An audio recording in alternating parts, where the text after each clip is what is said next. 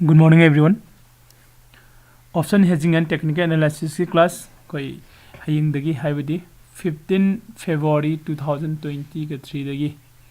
अनोबा batch समय start तौरगनी को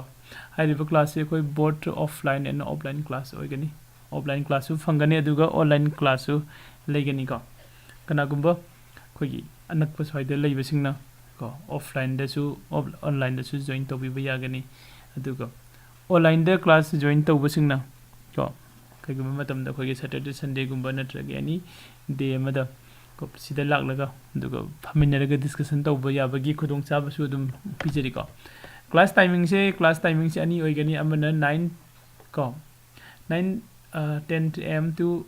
10 am को कितंग खै स्लाइटली कोई चेंज तौरप जाय 9:30 am to 10:30 am सुमाइना कोई चेंज तौरप याय कनो लैको मयांग पामबै मतुंगिना अदुगेंद 8 pm दगी होरगा 9 pm इवनिंग को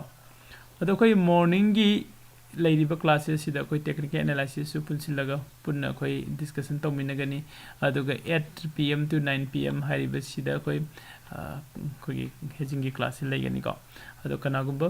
इदि मॉर्निंग की क्लास जॉइन तौबा ngamdabasing evening de jawbi bayagani aduga evening de join tawba ngamdabasing morning de jawba su jagani aduga khoi class ki recording chu sum available oigani ko aduga class se koi start to goda 15 February 2020 ke 3 ne kanagum join tawning basing na khoi gi pdb whatsapp number 8800404848 sida contact to biro aduga khoi gi course ki detail course da jaw gada badi main oina khoina focus to go is box hedging strategies aduga calendar strategies aduga option selling strategies ka ide for option selling ka sida khoi focus to gani aduga pura khoi gi hairiba kano sida khoina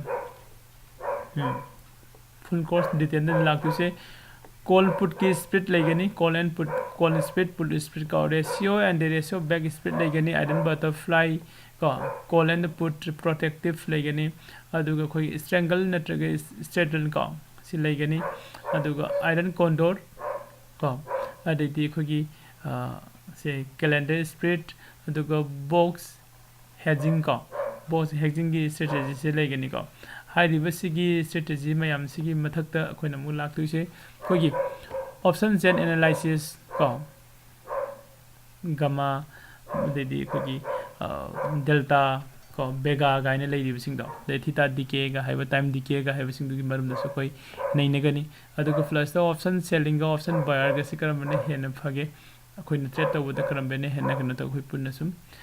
live ta khoi punna discussion to bagi khudong sab su pijari ko kana ko join tawning basing whatsapp ta text to biro du go loina loina na khoi course fee hare ga di 10,000 rupees kakta ni ko 10,000 rupees da khoi lifetime support oi ga do ni ko then khoi join to bi ga do sing ko ngasi hiyeng sida whatsapp ta